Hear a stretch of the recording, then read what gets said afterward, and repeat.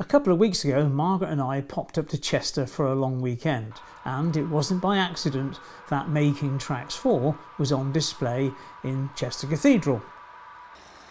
Now, whilst I was doing some filming there, I couldn't help but notice that Cavalex was very popular with the Making Tracks team. So I thought, why not carry out a review of a manufacturer?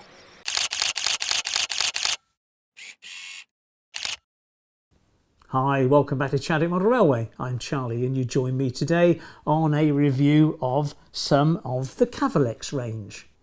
So what wagons do we have to hand? Well, I have 8 TEA tankers, 6 HAA hopper wagons, 17 BBA steel carriers, 3 wharf flats, and finally 3 Class 56s, all in different liveries.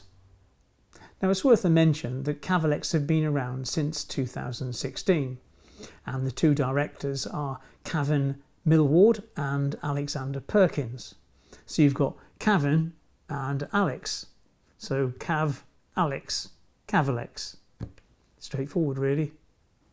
Now, if you're a regular on the channel, you may be aware that I hate unboxing and nothing's changed on that front.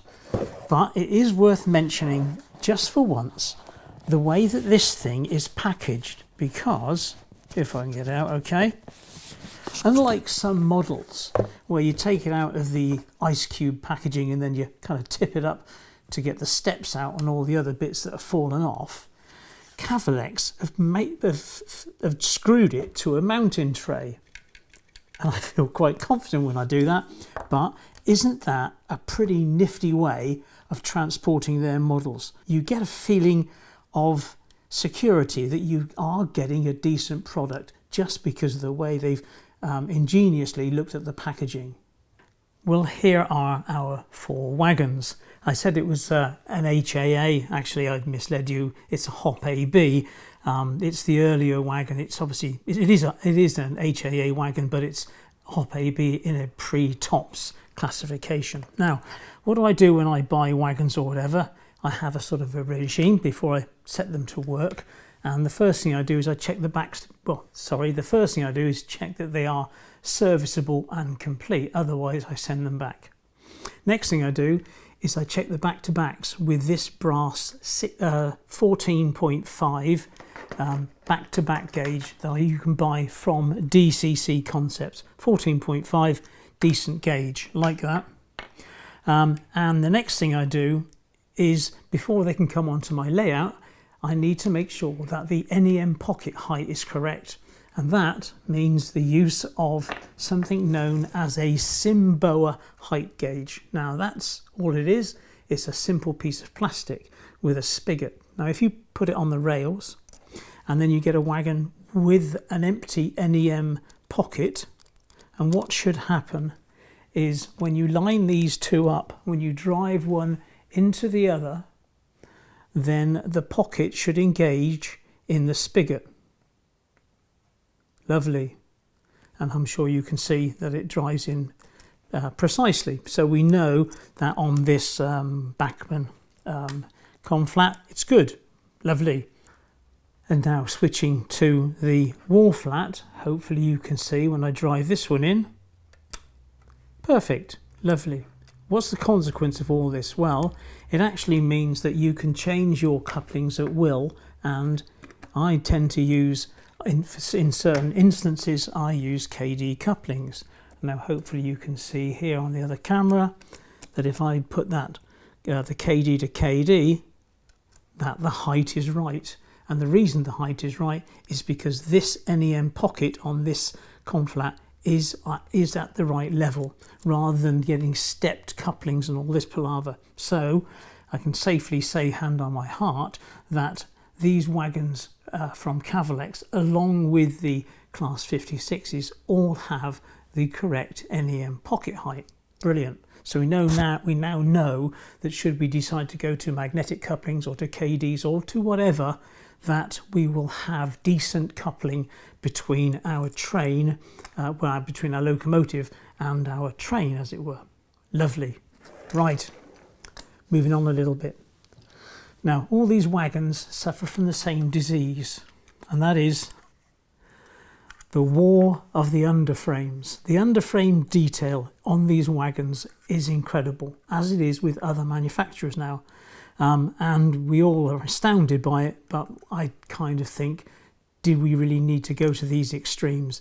But these companies are in direct competition with each other, and therefore they are going down this route to make sure that everything is just right. Lovely. And the underframes on them all are just the same. They are just as detailed. They really are very, very good, as you can see. Lovely, beautiful. And finally the TEA. Marvellous. Right. And then you get into the detail. Now, I had it out with Cavalex when I first bought a pack of 3 Hop AB wagons, because when it was at Getz a couple of years ago, I went back to my room in the evening, opened them up to find this wagon didn't have an overhead warning flash. Not happy with that. So I went back to the shop who sold it to me the next day, got out another box of the same set of wagons, went for the same wagon number, and guess what? It didn't have the flash. Went back to Cavalex. I saw Alex and said, "What's going on? Why is this?" And he said, "Well, it's quite simple, Charlie." He says the real one was missing the flash. We have the photographic evidence for it. I was astounded. I thought to myself, what an excellent sort of company to deal with, that they're going to go in to all that detail. Now, there is another manufacturer of let's call it HAA or Hop AB wagons, and there is a wheel arch inside, and this is the wagon here. And you may be able to see in the corner there is a wheel arch. You can just see it there in the corner. And the reason that wheel arch is there is because they wish to get the outside dimensions apparently exactly right. Well, I can see nothing wrong with the Cavalex dimensions, but there is no wheel arch. Obviously on the real thing there is no wheel arch. But does it really matter? Well, it does, because you can't unsee it. Now, I want these wagons to run empty because these have got the supporting cross members installed. So I want to show this detail. So it's my other rake of wagons, which are my older Hornby wagons, that I will put coal loads in. But these ones are going to remain empty. But I cannot unsee the wheel arch. I can't sort of hide anything in, I can't put a little bit of coal in the corners. But it's just one of those things to be aware that there are different standards of modelling. That might be a bit unfair, but there is a wheel arch involved. Hey ho, let's move on. Right, and these wagons are all brilliant. So I think the only thing worth mentioning about this, the BBA, is they look nothing like the real thing, but in reality these were in a absolute terrible condition, and hopefully you can see from these photographs how they have rusted away. These wonderful steel sort of stanchions that Cavalex have installed are all obviously bent and rusty and everything else, because they move steel, and large ingots and everything else. So I must confess I would have preferred it if this came out as a pre-weathered item, but it could be an adventure. If you bought yourself, I don't know, say 8 of these, which would make a reasonable rake, that would be a good wagon, to weather up. A nice challenge, interesting wagon, needs weathering down a little bit.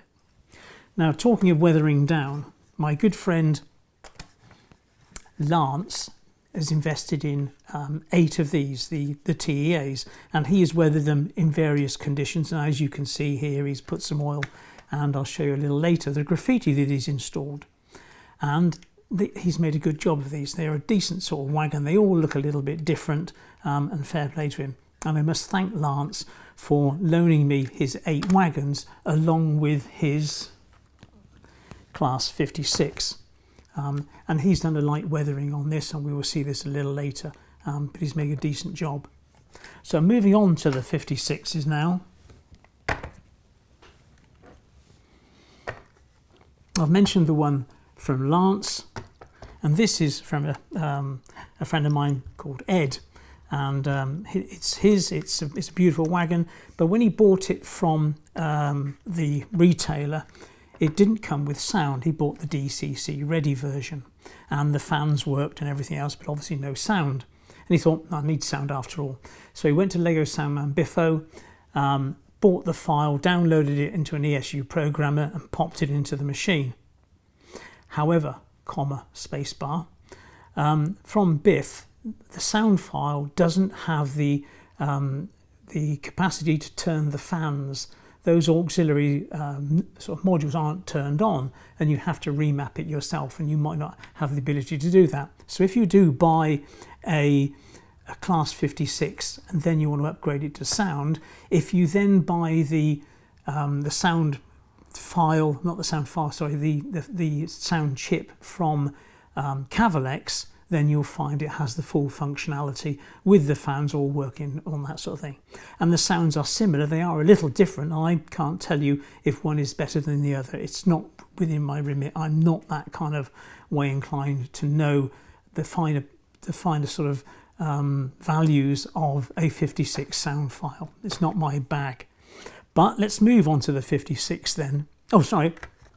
This one is obviously owned by Cavalex. I got this off Alex the other day, and we'll run through that. Now, the most exciting things that I think about these Class 56s are the lighting arrangements and the floating centre axle. Right, let's cover this floating centre axle first. So here is our 56, and it's on an ESU cradle. But because of these aerials, be very careful when you put it into a cradle. I'm using sort of packing pieces here, if you can see them, to make sure I don't bend those aerials. Right, so it's a Coco loco. That should be, in reality, all 6 axles will be driven. Now, these axles are not. This one here, these centre axles float. As you can see, there's no drive, I can spin them, whereas obviously on the outside and the inside ones I can't. Now, what's the advantage of that? Because I've got this slack in here, I have this amount of play both laterally and vertically. Well, it's a clear advantage should you have less than perfect track work, let's say, because if you have a derailment and they are rigid and the tolerances are very, very fine, then you can find that your loco will derail and rock on that centre axle. Here at Chadwick, I had some problems with a previous loco, and I had to rejig my helix to make it so it would run up it properly. But I still have issues because I have several vertical curves, and that is the approaches and the exits from the helix and that sort of thing. So if you have vertical curves, and by that I mean that when you sort of come off a hill onto the flat, when that happens, if you have this fixed axle, then you can get this rocking and the front bogie, the front axle can derail, the front axle might go to the left, the rear to the right, and obviously you've got an issue. But with a floating axle, it doesn't happen. I have run these 3 locos on my layout for a couple of hours the day before yesterday, just to make sure everything was fine, and it is, and they are absolutely smashing. There is an issue, of course, because if you don't drive that centre axle, then you must lose traction, and that's true. But a little later, we shall load these up, put them on the helix and see if they can get up with what we would expect to see as a reasonable rake of wagons. Great. Let's get to the layout, turn some power on and put the lights on and see what that's all about. Now here we are on a siding by my fuel depot, and our little 56 has a mirror behind it so you can see what's going on the lights behind it. Now, unlike all of my locos, what I can't do is this. I can't turn stabling lights on at both ends.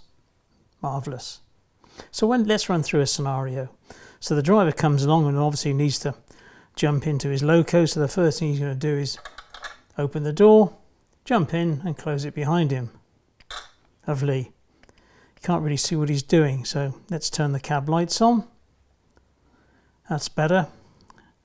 And after some time he shuffles around and thinks, yep, time to start her up.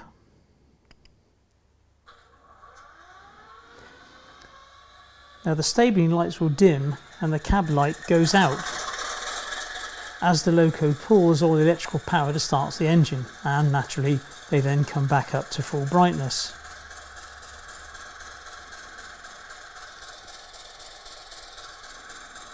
So now we've finished with the cab lights. We want to take this show on the road. We get rid of the cab lights, go off, and then we can turn off the stabling lights. Of course, what we will need then is the proper running lights on. Lovely.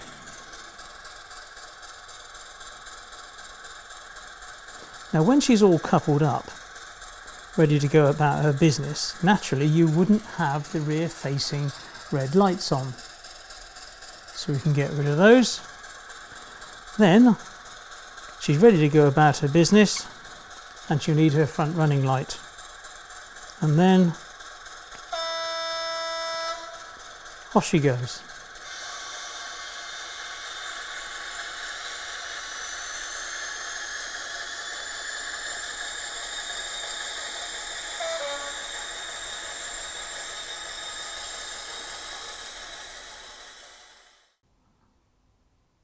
So now it's time to run some trains.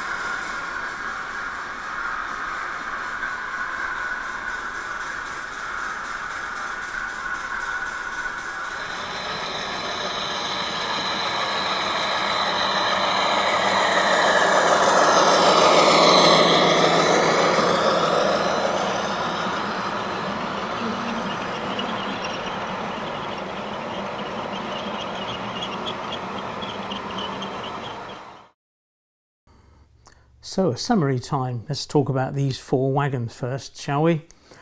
They all suffer from the same problem, and that is they have tension lock couplings, and I believe that when you construct your trains you need to fit the right couplings to suit that trains, whether they be KDs or some other magnetic coupling or whatever. I know that here at Chadwick tension lock couplings don't do well. Helix will tend to derail them. If they go down a hill they'll rise on top of each other and this sort of thing. But you need to choose the couplings to suit your wagon, and there's no one coupling that would do it all. On some of my coaches I use the Bachmann type, the brake hoses that go between the wagons. Other times I use a fixed sort of instanter coupling, but there we are. Anyway, but more to do with these. So the one thing then I don't like about them is the couplings, but that's industry standard. Right, the printing on these things is exquisite, and I'm not going to go and take all nice close-ups. You've all seen them before, and if you fancy buying any of these, you're going to go along to the shop and unbox it, hopefully get it out of the packet and make sure it's exactly what you want. But stability on your railway can come down to weight. Now, a bit scientific here. This hopper weighs 52 grams. It's 10.5 centimetres long, which means it weighs 5 grams per centimetre. That's a good benchmark, 5 grams per centimetre. The wall flat is 90.5 grams. It measures 17 centimetres, which is, unsurprisingly, 5 grams per centimetre. We'll take this one first, actually. We'll take the TEA, 146 grams, 23 centimetres long, works out at 6 grams per centimetre. Lovely. And then we come on to the BBA, which is 89 grams, and it measures 20 centimetres, which works out at 4.5 grams per centimetre, marginally less. But it is, when you feel it, a light wagon. So what you really need to do with these is weigh it down a bit, unsurprisingly really, because there's no load on it. And then if I were to add something that weighs 31 grams, which that wagon does, that would take it up to a more stable weight of around about 6 grams per centimetre. So it becomes much more stable. Now you may have noticed that during the video, these BBAs, a couple of them did have a little bit of a squeak about them. So perhaps you need to just ease the bearings there to make sure that they're free to rotate. Otherwise, you know, they do squeak a bit. And with 17 of them, I must confess, I wasn't going to start trying to remount these wheels. No, they just need a little bit of a clean out, a little bit of TLC, and perhaps a little bit of running. But it's also worth mentioning about the coupling that goes from your train to your first wagon. This is always an issue with derailing, because the locomotive snatches at it, it can sort of lift it up, even though the NEM pockets are at the same height. This is an area that's prone to derailing, and I would, especially on these longer wagons, is weight down the front end of your lead wagon, and then sort of get a marker underneath and put a yellow dot on it or whatever, so when you take your trains on and off the layout, you know which one you're talking about. But weigh down the front of your train, your wagon to train connection, and you'll get much better service. Lovely. But in general terms, they are pretty spiffing. I do like them. They're good wagons, well packaged and all the rest of it. And I must congratulate Lance on obviously his kind of exquisite graffiti. Beautiful. Thank you, Lance. One other thing, in the first quarter of 2025, Cavalex are going to bring out a PHY/JYA. Now let's talk about the Class 56.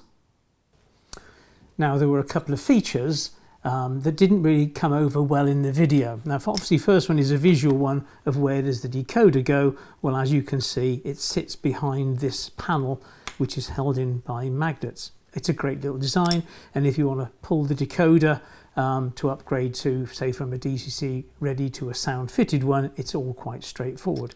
Hidden behind and kept safe behind that little magnetic panel.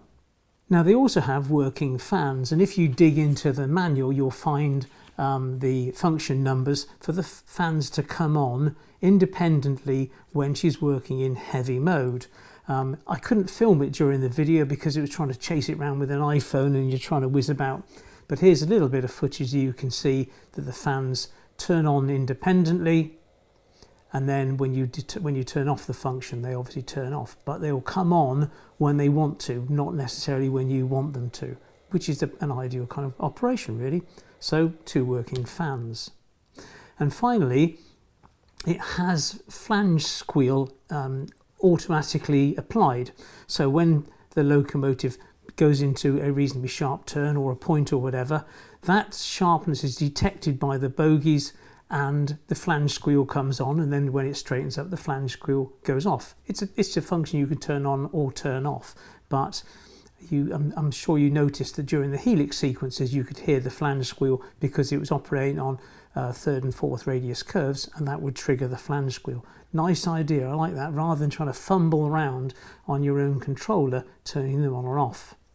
Lovely. Now, whilst I was at Making Tracks, I spoke to Alex Perkins, and he informed me about a different model of a 56, which is their pre-production model. And in real terms, on Making Tracks, that model has run 40 miles. That's 40 real miles, not 40 model miles, as it were, which shows that these things have resilience. I mean, I'd expect a new motor to be installed after such a distance, as it were. But fair play to them. If a locomotive can do 40 miles, then it can run up and down my helix all day. Beautiful. Nice piece of work, Cavalex. Thank you very much. Right, now the exciting news about their Class 60.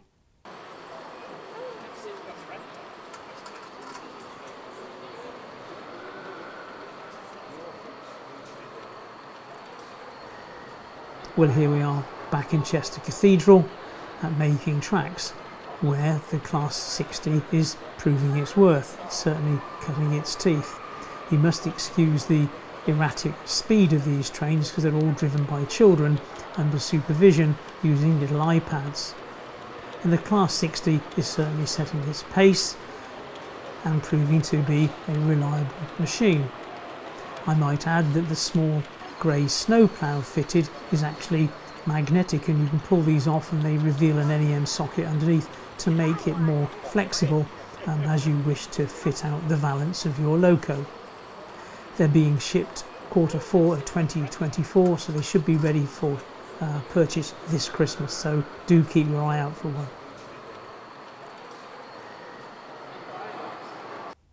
Now, it's also that time of year again for the Hornby Awards, and if you click the link in the Show More tab, you'll come through to the voting schedule, and I've earmarked Cavalex for a vote, and also the 56 because I think it is a little beauty. And needless to say, I'd ask for your vote as once more for the YouTuber of the year. Well, that wraps this one up. I'd like to thank the patrons who make it all possible, and if you'd like to be a patron, there's the link, there's the old subscriber button, and remember, subscribing is free. Anyway, there's a video here and here, and I'll see you in 2 weeks' time. Thanks a lot, take care. Bye-bye.